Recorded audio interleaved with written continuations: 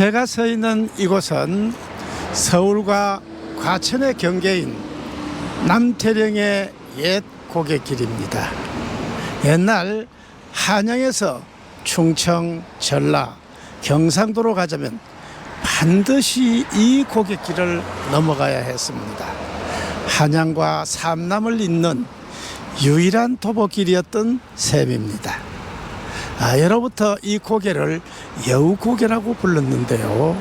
숲이 하도 울창하고 후미진 곳이 많아서 여우들이 자주 출몰해서 사람을 홀리고 피해를 주는 일이 잦았기 때문에 붙여진 이름입니다. 오늘은 남태령 여우고개에 얽힌 전설을 소개해 드리겠습니다.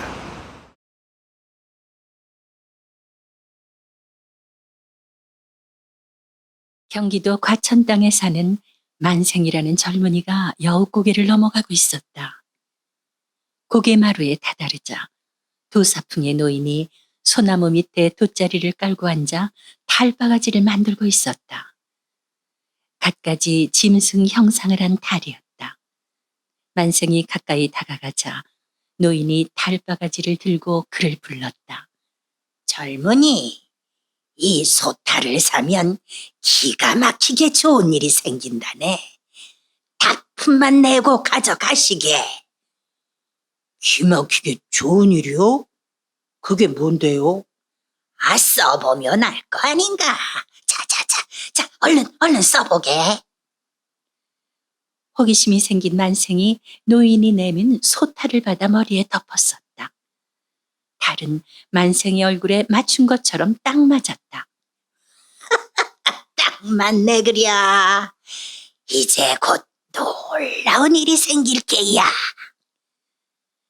노인이 회심의 미소를 지으며 주문을 외우자 소탈을 쓴 만생이 순식간에 황소로 변했다. 기겁을 한 만생이 탈을 벗겨달라고 소리치자 목구멍에서 음매하는 소 울음소리만 터져나왔다. 노인은 울부짖고 날뛰는 만생에게 굴레를 씌우고 노간주 나무로 만든 콧뚜레로 코를 꿰 꼼짝을 못하게 했다. 졸지에 소가 된 만생은 반항도 못하고 눈물만 흘리고 있는데 노인은 웬 남정네에게 열량을 받고 그를 넘겨버렸다. 그럼 흥정은 끝났소이다. 헐값에 소를 산 남정네는 행여 딴소리가 나올까봐 급히 소를 몰고 가려는데 노인이 주의를 주었다.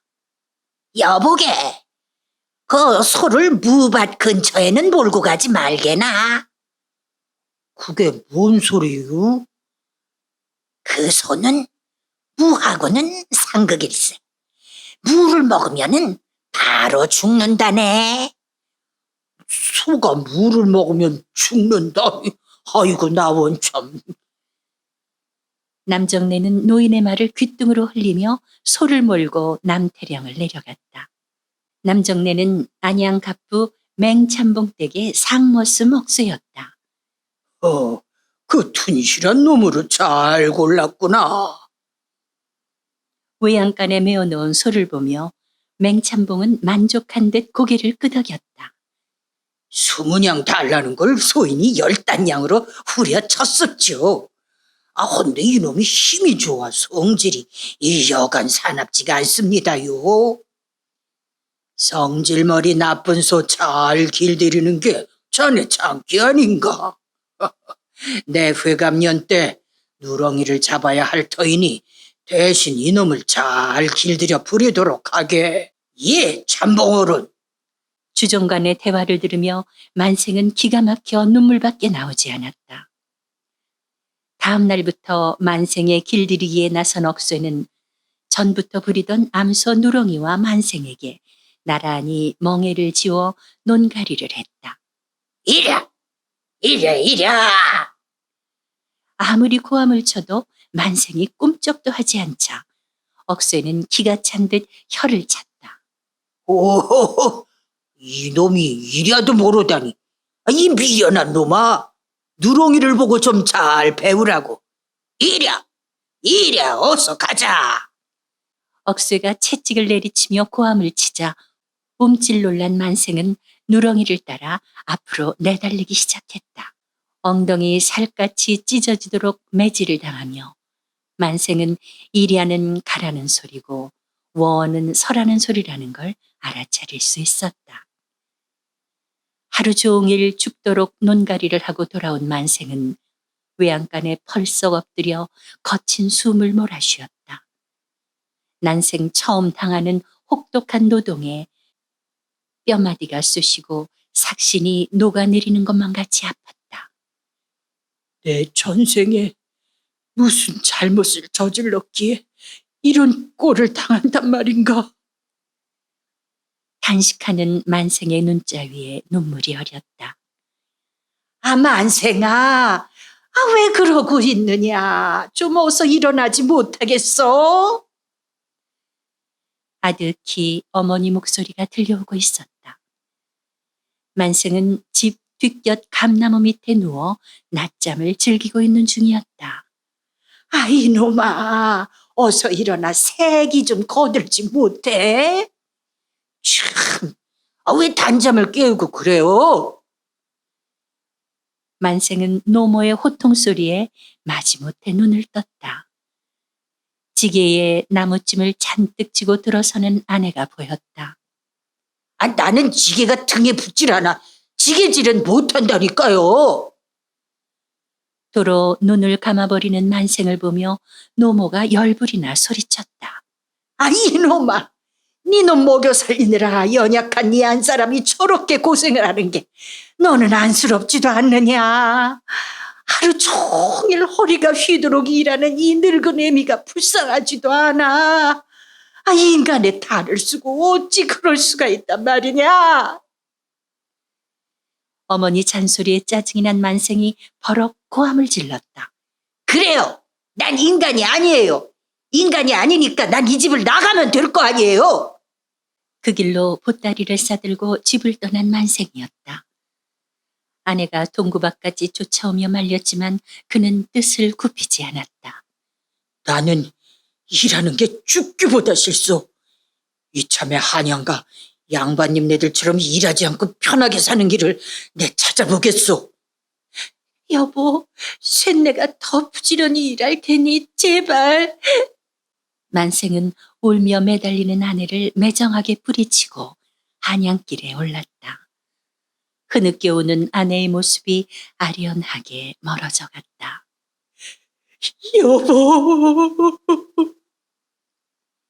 만생은 후회의 눈물을 흘리며 아내를 불렀다.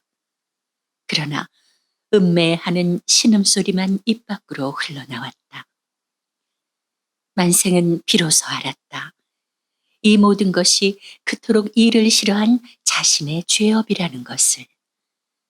소처럼 일하면서 지은 죄업을 씻으라는 하늘의 뜻인 것을. 만생은 모든 것을 체념하고 운명에 순종하며 소의 삶을 살기로 결심했다. 무심한 세월이 흘러갔다. 만생은 연호소와 다름없이 여물도 거부감 없이 잘 먹고 쟁기와 썰에도 잘 끌게 되었다. 맹참봉에 회가변이 다가오고 있었다.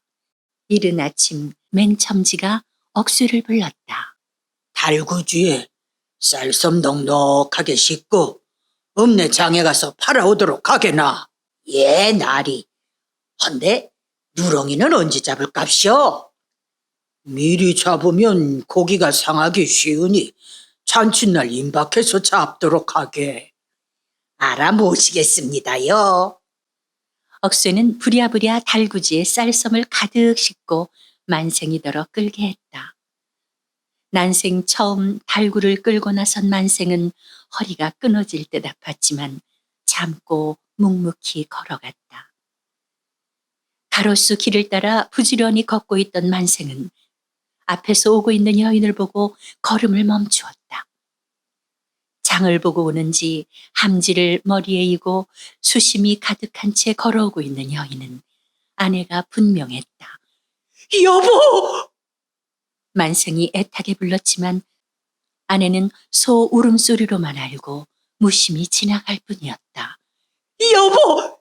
여보! 목매이게 부르는 만생을 뒤로하고 아내는 점점 멀어져 갔다. 이 망할 놈의 소가 미쳤나? 왜 갑자기 발광을 해? 억쇠가 고삐를 잡아채며 매질을 해댔지만 만생은 달구지를 끌고 달려갈 듯 울부짖었다. 그날 이후 만생은 식음을 전폐하고 드러누웠다. 마음에 깊이 병이 든 만생은 삶의 의욕을 상실한 듯 억쇠가 아무리 잡아 끌고 매질을 해도 꿈쩍도 하지 않았다. 수심에 찬 아내의 파리한 모습과 자신 때문에 마음고생을 하고 계실 늙은 어머니를 떠올리며 만생은 통한의 눈물을 흘렸다. 일이 이렇게 되자 난처하게 된 억쇠는 맹참봉에게 용서해 주십시오. 소인 놈이 소를 잘못 싸웠습니다요. 그놈의 영감태기한테 속아서 그만. 자책할 것 없네. 이왕 이렇게 된 거 이번 회감년에 누렁이 대신에 저놈을 잡도록 하게나. 크게 선심을 쓰듯 헛기침을 하며 돌아서는 맹참봉의 뒤에 대고 억쇠는 황감한 듯 절을 했다. 참봉어른 감사합니다. 소인놈 이 은혜 잊지 않겠습니다요. 며칠 후 억새와 함께 외양간에 들어선 낯선 사내가 만생을 끌어냈다. 뱀눈을 한 그자의 몸에서 피냄새가 진동하고 있는 걸로 보아 백정임이 분명했다. 만생이 끌려가지 않으려고 뻗대자 사내는 콧두레를 잡아채며 희죽 웃었다. 이 녀석이 내가 누군지 벌써 알아채버렸네. 인서가 얌전히 따라오면 고통 없이 보내줄 터이지만 반항하면 숨이 넘어가는 순간까지 아수라의 고통을 맛보게 될 게야. 남정네가 만생을 얼으며 외양간 밖으로 끌어내려 하자 억쇠가 채찍으로 등짝을 내리쳤다. 이놈아, 어서 가지 않고 뭘 꾸물거려? 허허, 얌전히 다뤄야지. 소가 긴장하면 괴기가 질겨 맛이 없지라. 사내의 말을 듣고 억수는 찔끔하며 물러섰다. 그 틈에 만생은 있는 힘을 다해 사내를 들이받았다. 어이쿠 하는 소리와 함께 그가 뒤로 나자빠지자 만생은 외양간을 박차고 달려나갔다. 젖먹던 힘을 다해 동네 밖을 벗어난 만생은 얼마를 더 가지 못하고 채소밭에 주저앉고 말았다. 며칠간 아무것도 먹지 않고 버틴 탓에 허기가 져 더 이상 움직일 기운이 없었다. 주위에 청무밭이 펼쳐져 있는 곳을 본 만생은 문득 물을 먹으면 죽는다던 노인의 말이 떠올랐다. 저들에게 잡혀 죽느니 차라리 스스로 목숨을 끊으리라 죽기를 결심하니 회한이 밀려왔다. 어머니, 여보. 만생은 하늘을 향해 크게 울부짖은 후 청물을 뽑아 뿌리까지 먹어치웠다. 그러자 머리에서 소탈이 뚝 떨어져 나가는가 싶더니 만생의 본 얼굴이 드러났다. 만생은 이게 어찌 된 일인지 어리둥절하기만 했다. 아니, 여기 있는 것 같았는데 이놈이 어디로 간 게야? 참, 이놈의 소가 하늘로 솟았나 땅으로 꺼졌나. 이 망할 놈의 소가 끝까지 속을 썩이네 그려. 뒤늦게 달려온 억새와 백정이 중얼거리는 소리를 들으며 만생은 기다시피 무밭을 벗어났다. 엎어져 죽더라도 과천 땅에서 죽으리라. 만생은 있는 힘을 다해 달리고 또 달렸다. 억새와 백정은 멀리 사라지는 만생을 멍하니 바라볼 뿐이었다. 천신만고 끝에 만생이 집으로 들어서자 마당을 쓸고 있던 아내가 놀라 달려나왔다. 여보, 오셨군요. 만생은 반가움에 겨워 눈물을 글썽이는 아내의 손을 꼭 잡았다. 임자, 내가 잘못했소. 죽어보시오. 이제부터 내가 소처럼 일을 할 테니 당신은 손끝 하나 까딱하지 마시오. 그때 안방문이 벌컥 열리며 노모가 소리쳤다. 아, 이놈아! 흰소리 그만하고 얼른 마당이나 쓸어! 아이고, 우리 엄니 잔소리 또 시작됐네.